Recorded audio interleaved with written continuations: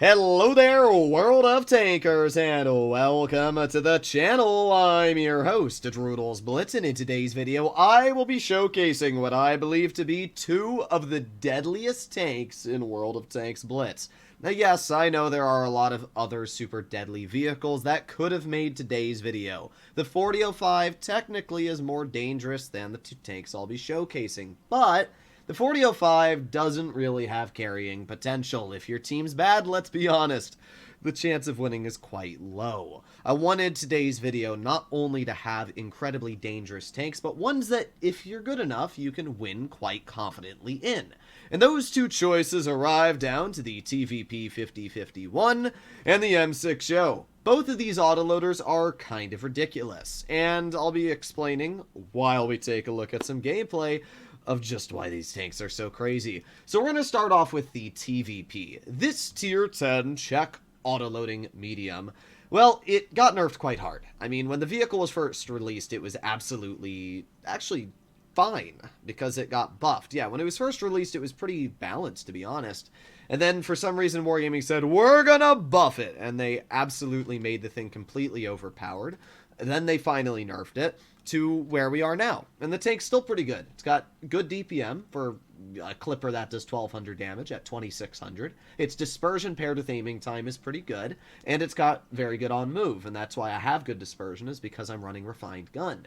Accuracy, all pretty solid. When it comes to the pen, it's a little bit on the lower side, but it doesn't matter too much because you have 4 shells. So even if you bounce 1 or 2, you can still take 600 hit points off of whatever you're shooting back in the cover. It's got great gun depression at 8 degrees. It's super mobile, reaching 60. Traverse speed's pretty mid, though, at only 17. But yeah, for the most part, the TVP is a mobile, pretty well-armored vehicle that absolutely dunks players. And we're going to take a look at just what the TVP can do here. I was streaming with one of my friends earlier today, and I was like, you know what, I'm gonna pull out the TVP because this thing is just insane. So what do we have up against us? We have an AMX 30B. We have, that's it. So that's already nice. Not going up against a lot of mediums gives the TVP a huge advantage because it's usually high mobile DPM tanks that have the ability to take this tank out. If you can't catch the TVP, let's say you're in an E100, you know, I can get to your rear, go bam, bam, bam, bam, bam, take 1200 off, leave. You can't chase me. You've lost half of your tank and I'm gone. However, if it's a 62A or a 30B or a Leopard, a Progetto, I might be able to get a couple pens into you. But at the same time, you'll be shooting me back, and then you can chase me.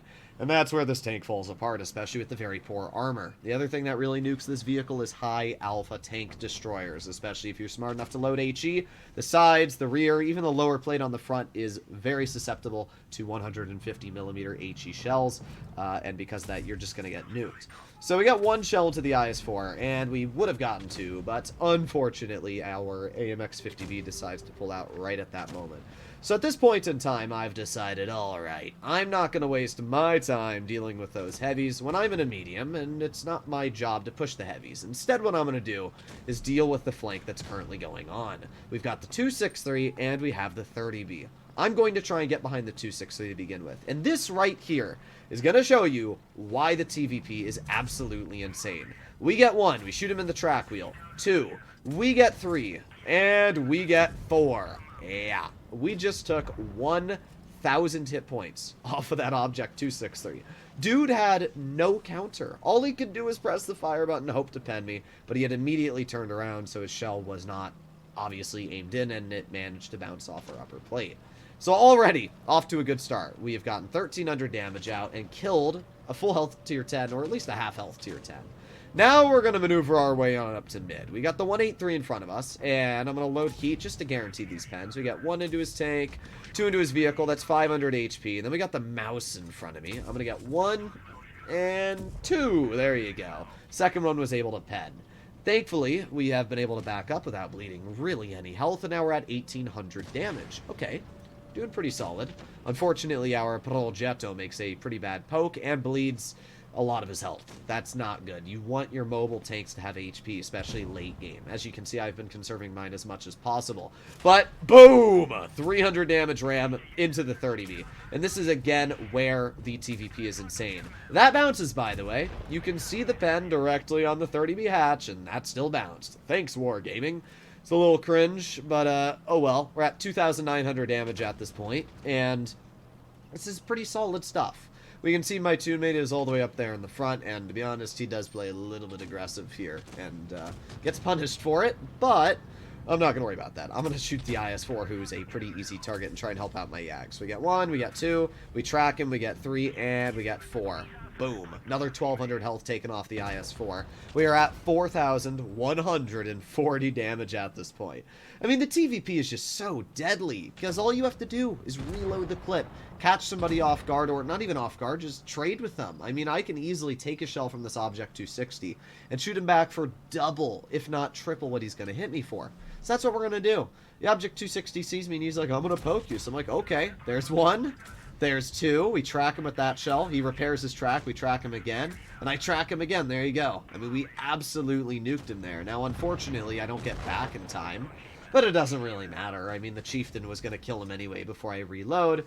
We did 5,400 damage this game, which is kind of ridiculous when you think about it. There's a lot of people that ask me why I still say the TVP is incredibly strong. And this is why. I mean, it's still a dangerous tank. 1,200 damage in 5.6 seconds is very hard to counter. That is faster than most autoloaders dump their shells to begin with. And, I mean, you can see we just dominated that game. Even on a map that you wouldn't expect a TVP to do well on, it's still demolished. And, yeah, I mean, how much damage did we take off that 30B? Paired with the RAM, 1,076. We took 1,500 off the IS-4, 1,000 off the 263, and 1,300 off the Object 260. So, in my opinion, I think the TVP is still an overpowered tank in at least its damage output. It might not be the best tank for winning, but if you know how to play properly, it'll do very well. One of the things I've started doing since the new matchmaker has been introduced into the game is changing my playstyle, because you have to. The new matchmaker makes your opponents more skilled, it makes your team sometimes skilled, sometimes really bad. But what I've been doing is playing a lot more passive lately. I still play aggressive, and you're going to see that in these games. I mean, my TVP battle, I played very aggressive, but I'm waiting for my opponents to make mistakes. I'm playing Blitz more like I play World of Tanks PC, where I wait, somebody makes a mistake, and then I punish them for it. It's no longer a game where you can really make the aggressive moves, because if you do, you're going to be punished. So we're going to wait right now. We see that there's a 57 heavy crossing. Might have been able to shoot him, but honestly, I don't think it was all that important. Right now, we're going to see if anybody crosses, and there you go. We get a shell into the Caro. Can't get a second shell out, but I got my Reticle Cali activated anyway, so we get our other shell easily into the Contra Caro.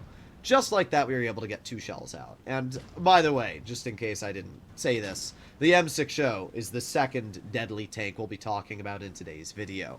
The triple shot and double shot are very deadly. And I would say in certain situations, the double shot's better, in certain situations, the triple shot's better. However, I personally find the double shot to be much more capable. And it's the same discussion I had with Batchat, who's a very close friend of mine the other day. He likes the triple shot better, I like the double. And I pointed out, I said, personally, I would rather bleed less health to deal more damage. For example, this 57 heavy's gonna poke, right? And I get 1 pen into his vehicle for 394, 2 pens in, that's 1,000 damage. Now I can back up. I do not have to worry about being shot by the 57 heavy or anybody for the rest of my reload. If I was using the triple shot, I might not have even gotten out my second shell because the 57 backed up. And that's kind of where I find the double shot to be much more capable, is just getting out these big chunks. And for example, that shot there, I get 500 damage into the 57 and he backs in the cover. So instead of only getting 300 damage out, I'm able to get a much harder chunk. But the triple shot would have been better dealing with these Caros because I would have been reloaded, I could have gotten more damage out. Both guns are equally good, but I personally think it's a lot better to save your HP, dump the damage, and back in the cover and reload. Especially because it's not like you have bad DPM with the double shot, you still have 2,500. That's way more than you need. And just watch what it's able to do. We got this Contra Caro. We get 1 into his tank, we get 2 into his tank, and we're up to 3,400 damage already, and now I just leave. The Yo is surprisingly mobile, as we can see. And, well, yeah, the enemy team doesn't seem like they're enjoying life all too much. It's very hard to counter this tank, and I would be willing to say the Yo is probably one of the more busted tier 10s in the game. It's stupid. I mean, look at this thing go. 900 damage and we back in the cover. What's he gonna do to me? Nothing. Literally nothing.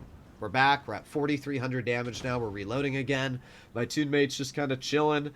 The 777 is also an incredible tank. I don't know why people have stopped driving it, because it really is in a very, very dangerous vehicle. So at this point, we are going to reload. We're going to get a shell into the Caro. My teammate's going to get a shell into the 57 Heavy, but that's fine, because we're going to bonk him. And there you go. 4,600 damage, 1,300 blocked, and I mean, that's literally the easiest win ever. As I said, I personally believe that these are two of the deadliest tanks in the game. And as I said before, it doesn't mean that there's other tanks that aren't deadly. I mean, heck, I think the BZ-75, which is the tier 10 Chinese heavy, is incredibly dangerous. They can hit people for 800 average damage, which is kind of ridiculous. But in terms of capabilities, I would say the TVP and the Yo, at least in tier 10, definitely have some of the most carrying potential. The TVP has mobility, good DPM, and really, really dangerous clipping potential. And the Yo, I mean, it just rivals any other tier 10. I'll see you in the next one. Bye-bye.